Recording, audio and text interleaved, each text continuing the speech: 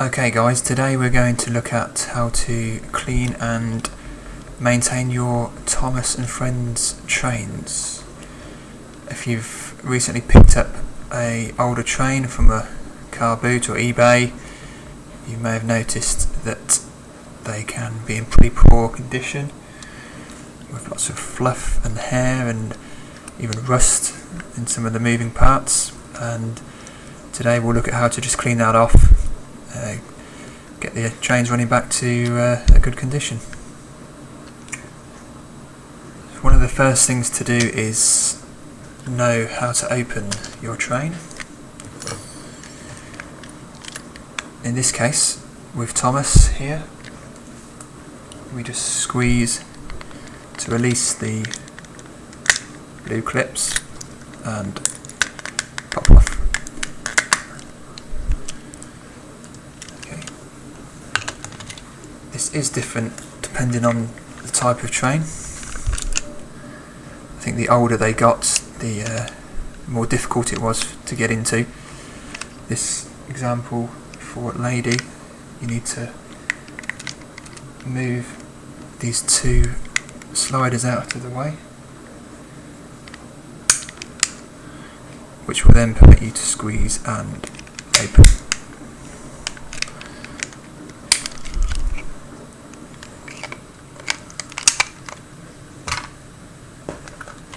Now this simply pops off, dead easy. Some of the newer models, like Rusty here, 2005 in this case, has a number of screws to remove, and just to make it even more difficult, they're tri-bit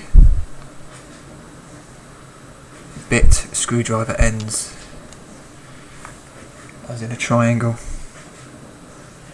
and you'd need to remove 1, 2, 3, 4, 5 in order to lift that off.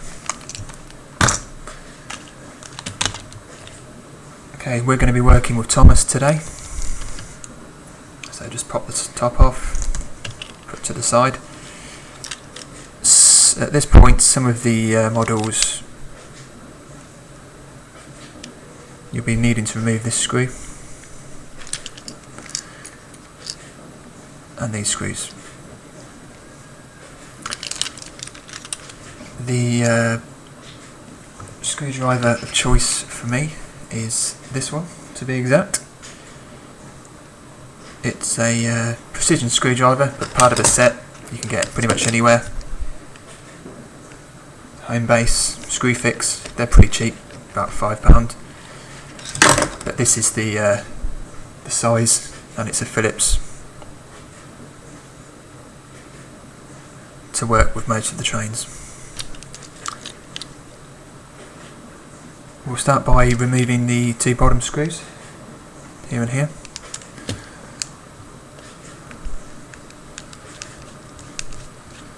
We'll do it nice and gently so we don't risk threading or damaging the Phillips connector.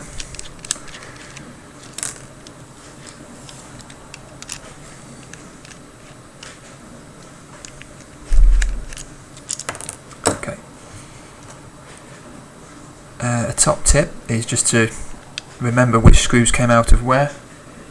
In this case, 1 and 2, we'll just place them there.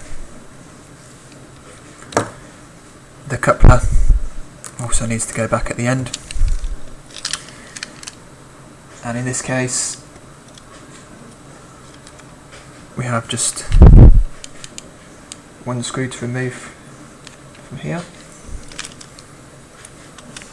That's better. Some of the models don't have this. If we look at Mavis, no screw there to remove, so just be aware, because if you try and pull that off with the screw intact, you'll end up snapping something. Let's go ahead and remove that.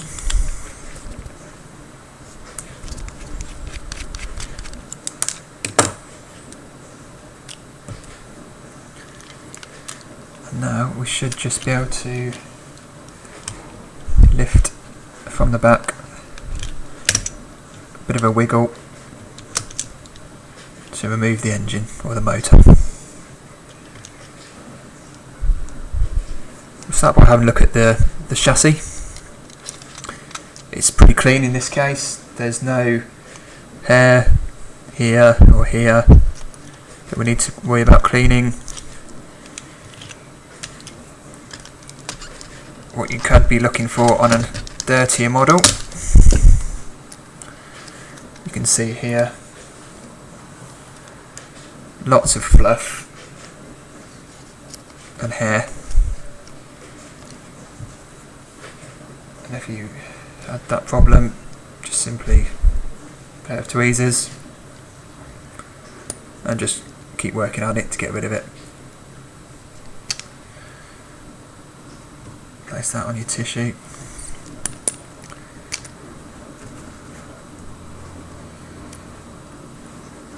Which is why it's never a good idea to run your trains on a carpet, because this is what happens.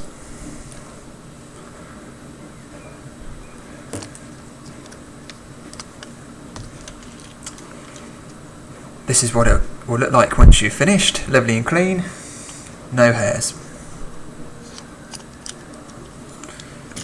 What we'll do now is have a look at the motor.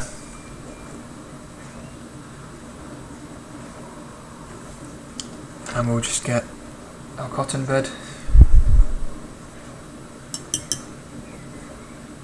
Just dampen it, not too wet, because obviously you don't want too much water on parts of metal, battery connectors.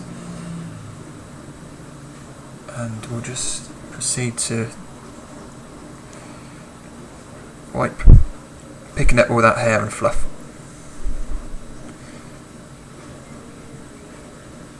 You can see there.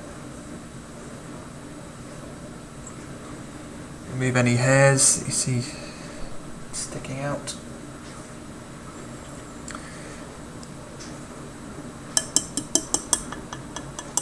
Just work your way around the motor.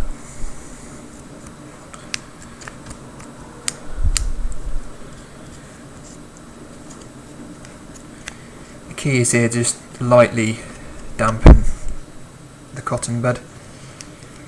You don't want too much moisture. And also be aware just to go lightly, because the fluff from the actual cotton buds could end up in there as well, which is why you just treat it with care and take your time.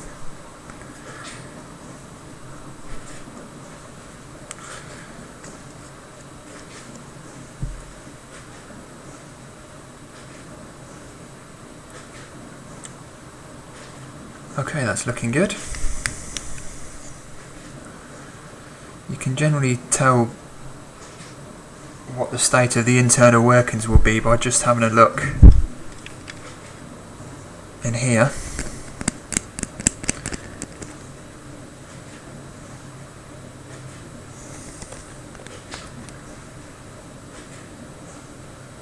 There you go. And I can see that there's no hairs or black fluff to worry about in this particular motor.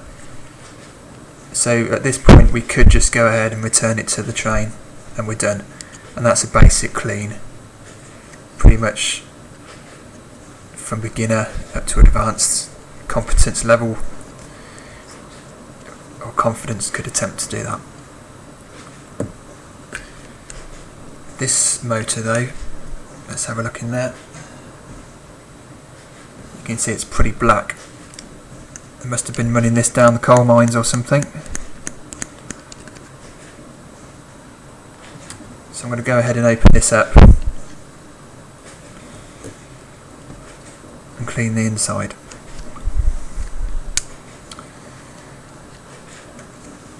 So first thing I'm going to do, and this is a top tip, is to turn the motor to its on position. And you can notice there's 3 pins here that lock in place when you turn it on.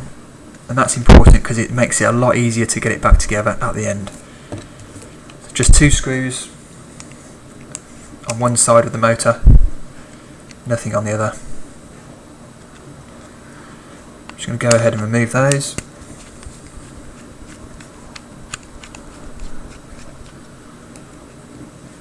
I'm going to keep them separate from the other screws so they don't get mixed up.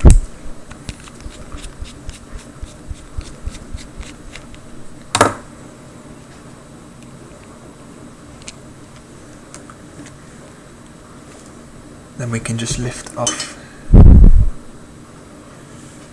the motor and we can see this is a filthy motor. It needs a really good clean. Lots of black fluff, grease, dirt, hair. I can't stress that enough. Keep these things off the carpets. It really messes them up.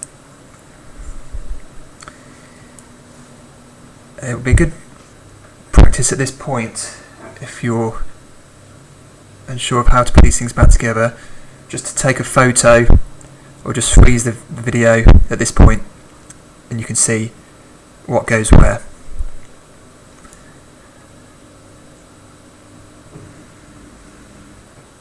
I'm just going to go ahead and take it apart, starting at the top. That's piece 1.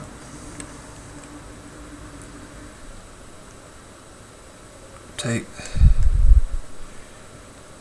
and the bottom,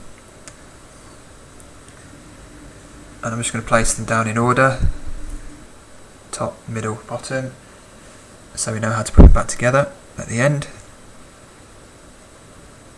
We can then remove the main drive wheel, and that will give us access to the rest of the insides. So back to our screwdriver. In this case we're going to use a flat end. It doesn't have to be a particular size, but whatever works for you, just to work in these gaps.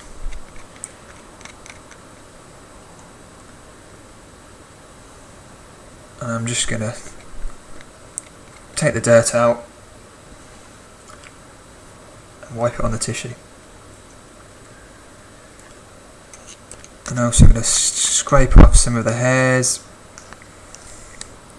and the dirt from inside. Can you see that on there? We can get rid of all of that.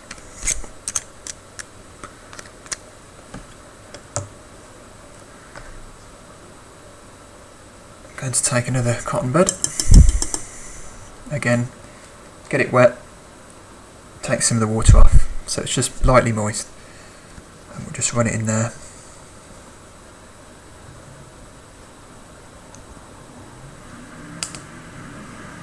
And you can see on there, look at that.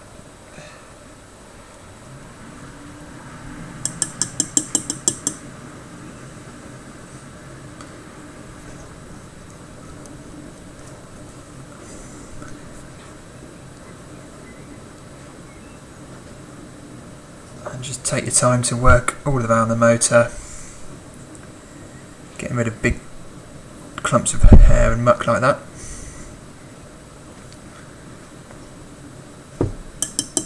It's a good idea to keep replacing your cotton buds rather than use the same one,